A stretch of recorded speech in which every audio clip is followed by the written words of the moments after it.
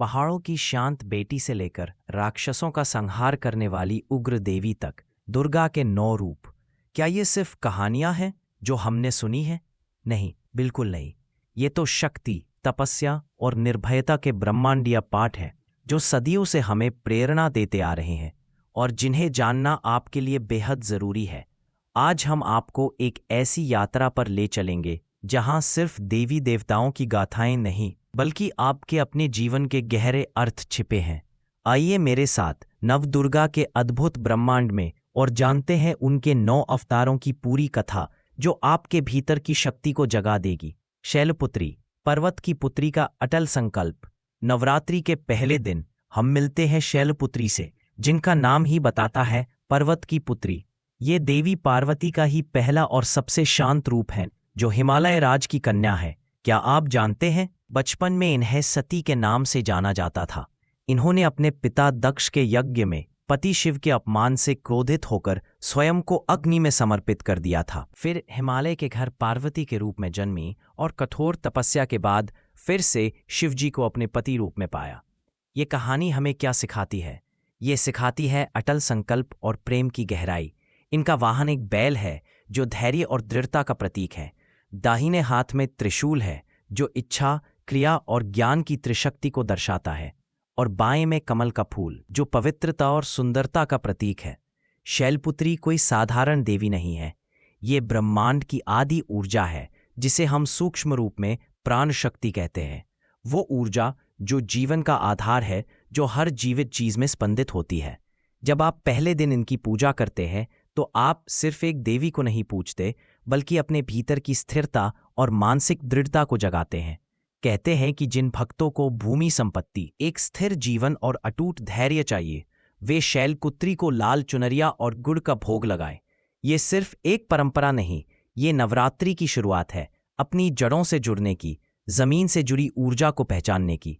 ये याद दिलाता है कि जीवन में स्थिरता और नींव कितनी जरूरी है। ब्रह्मचारिणी, तपस्या की अनूठी मिसाल। दूसरे दिन हमारी यात्रा हमें ब्रह्मचारिणी के पास ले जाती है, जिनका नाम सुनकर कई लोग शायद सोचें कि ये केवल संयम की बात करती हैं, पर असल में ये ज्ञान प्राप्ति, अनुशासन और अटूट एकाग्रता की देवी है। क्या आपने कभी सोचा है कि किसी लक्ष्य को पाने के लिए कितनी तपस्या और त्याग की जरूरत होती है? ब्रह्मचारिणी इसी की जीती जागती मिसाल है। इनके एक हाथ में जपमाला है जो निरंतर अभ्यास और मंत्र जाप का प्रतीक है, और दूसरे में कमल जो शुद्धता और आध्यात्मिक जागरण को दर्शाता है। पौराणिक कथा कहती है कि पार्वती ने हिमालय पुत्री बनकर शिवजी को पति रूप में पाने के लिए इतनी कठोर तपस्या की थी जिसकी कल्पना करना भी मुश्किल है। कहते हैं कि हजारों वर्षों तक उन्होंने केवल पत्ते खाए, फिर केवल वायु पर ही जीवित रहीं, और अंत में तो उन्होंने पानी भी त्याग दिया। इस अविश्वसनीय तप से प्रसन्न होकर समस्त देवता उन्हें आशीर्वाद देते हैं और शिवजी आखिरकार उन्हें अपनी अर्धांगिनी के रूप में स्वीकार करते हैं। ब्रह्मचारिणी का संदेश साफ है। जीवन के किसी भी क्षेत्र में, चाहे वो पढ़ाई हो, व्यवसाय हो या आध्यात्मिक मार्ग, सच्चे लक्ष्य को पाने के लिए एकाग्रता, अनुशासन और अथक प्रयास बेहद जरूरी है। यदि आप अपने जीवन में सफलता, ज्ञान या आध्यात्मिक उन्नति चाहते हैं तो दूसरे दिन शहद और मिश्री का भोग लगाकर इनकी कृपा जरूर लें। यह रूप हमें सिखाता है कि शक्ति कभी बाहर से नहीं, बल्कि आपके अपने भीतर की दृढ़ता और इच्छा शक्ति से आती है। चंद्रघंटा, सौम्यता में छिपी वीरता का संगम। तीसरे दिन हम चंद्रघंटा के भव्य स्वरूप का दर्शन करते हैं। उनके माथे पर अर्धचंद्रकार घंटी सुशोभित है। 10 भुजाएं हैं जो विभिन्न अस्त्र शस्त्र धारण किए हुए हैं, और वे एक शक्तिशाली शेर पर विराजमान है। क्या आप जानते हैं ये घंटी सिर्फ सौंदर्य का प्रतीक नहीं है, बल्कि ये युद्ध की घोषणा है, बुराई के नाश का आह्वान है। पौराणिक प्रसंग में जब महिषासुर राक्षस ने अपनी शक्तियों से देवताओं को त्रस्त कर दिया था और स्वर्गलोक पर कब्जा करने की कोशिश कर रहा था, तब सभी देवताओं ने अपनी अपनी शक्तियों का अंश देकर देवी दुर्गा का आह्वान किया। इसी समय चंद्रघंटा उत्पन्न हुई और उन्होंने अपनी भीषण गर्जना से महिषासुर का संहार किया। ये रूप हमें बताता है कि स्त्रीत्व में कोई कमी नहीं, एक सौम्य और करुणामयी चेहरे के पीछे भी अदम्य वीरता और शक्ति छिपी हो सकती है। ये सिखाता है कि शांति और शक्ति एक साथ चल सकते हैं। यदि आपके जीवन में असुरी शक्तियां जैसे डर, ईर्ष्या, नकारात्मकता या आलस्य सवार हो रही हों और आपको अपने लक्ष्य से भटका रही हों, तो तीसरे दिन दूध मिश्रित मिठाई और गुलाबी फूल अर्पित करके चंद्रघंटा की पूजा करें।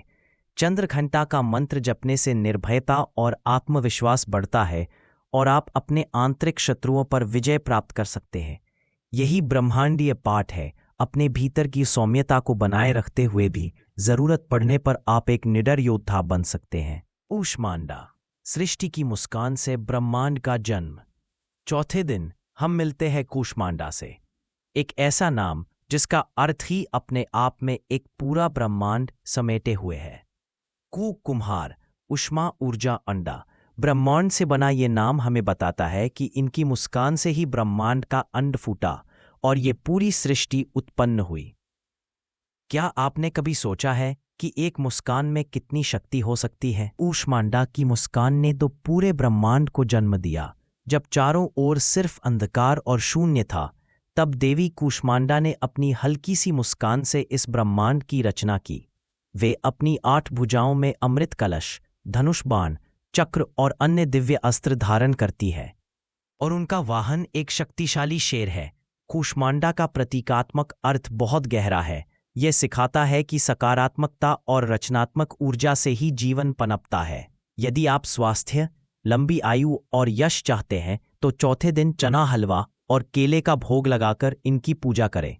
इनकी कृपा से भक्तों में रचनात्मकता, उद्यमिता और जीवन के प्रति एक नई ऊर्जा का संचार होता है। चाहे आपको कोई नया व्यवसाय शुरू करना हो, किसी नए प्रोजेक्ट पर काम करना हो या बस अपनी जिंदगी में कुछ नयापन लाना हो, यह स्वरूप आपको बुद्धि और ऊर्जा दोनों देता है। यह ब्रह्मांडीय संदेश है। आपकी अपनी मुस्कान में, आपकी सकारात्मक सोच में बनाने की, रचने की असीम ताकत हो सकती है। स्कंदमाता, मातृत्व की शक्ति और संरक्षण का प्रतीक। 5वें दिन हमारी मुलाकात होती है स्कंदमाता से, कार्तिकेय यानी स्कंद की माता। क्या आप जानते हैं कि मातृत्व की शक्ति कितनी अद्भुत और सर्वव्यापी होती है? स्कंदमाता इसी का साक्षात प्रतीक है। वे 4 भुजाएं धारण करती है, जिनमें से 2 में कमल के फूल है, एक में अपने पुत्र स्कंद को गोद में लिए हुए है और एक हाथ आशीर्वाद की मुद्रा में है। उनका वाहन भी एक शेर है।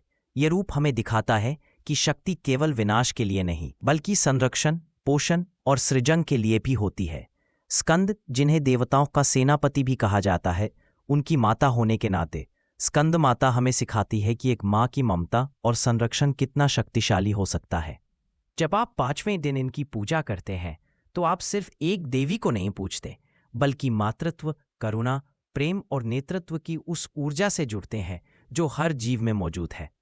भोग में केसर पीले रंग की मिठाई और 5 फल अर्पित करें, जो समृद्धि और पवित्रता का प्रतीक है। यदि आप एक टीम लीड कर रहे हों, अपना घर चला रहे हों या वास्तव में माता पिता बनने की तैयारी कर रहे हो, तो स्कंद माता आपको संरक्षण, मार्गदर्शन और अदम्य साहस प्रदान करती हैं। यही ब्रह्मांडीय पाठ है। देखभाल करना, पोषण करना और सही दिशा देना भी एक महान युद्ध है, और इसमें भी उतनी ही शक्ति लगती है जितनी किसी शत्रु को हराने में। कात्यायनी, योद्धा देवी का साहस और संकल्प।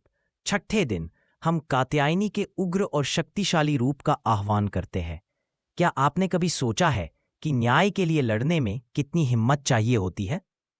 ऋषि कात्यायन ने कठोर तपस्या करके देवी से प्रार्थना की कि वे उनकी पुत्री के रूप में जन्म ले, ताकि वे दानवों का संहार कर सके। देवताओं की प्रार्थना पर देवी ने इसी रूप में जन्म लिया। कात्यायनी 10 भुजाएं धारण करती हैं, विभिन्न अस्त्रों से सुसज्जित हैं और एक शक्तिशाली शेर पर सवार है। ये वही रूप हैं जिन्होंने सबसे भयंकर राक्षस महिषासुर का वध किया, और इसी कारण उन्हें दुर्गा नाम प्राप्त हुआ। कात्यायनी का संदेश साफ है, साहस और संकल्प। ये हमें सिखाती है कि अन्याय और बुराई के खिलाफ खड़े होने के लिए हमें अपने भीतर की योद्धा को जगाना पड़ता है। जब आप 6ठे दिन मधु मिश्रित दूध और गुड़ का भोग लगाते हैं, तो आप सिर्फ पूजा नहीं करते, बल्कि अपने अंदर की योद्धा को जगाते हैं। चाहे आपको किसी परीक्षा में सफलता पानी हो, किसी कानूनी जंग में जीतना हो या जीवन की किसी बड़ी चुनौती का सामना करना हो, कात्यायनी आपको दृढ़ता, आत्मविश्वास और विजय का आशीर्वाद देती है। यही ब्रह्मांडीय पाठ है। अच्छाई के लिए, न्याय के लिए और सत्य के लिए लड़ना पड़ता है और इसमें कोई संकोच नहीं होना चाहिए। कालरात्रि, अंधकार को निगलने वाली अग्नि।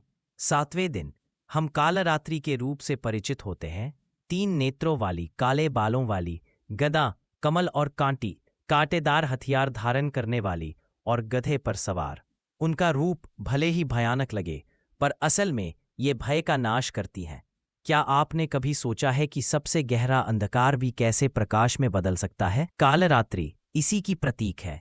पौराणिक कथा में जब देवताओं ने देवी दुर्गा से प्रार्थना की तो उन्होंने कालरात्रि स्वरूप धारण किया।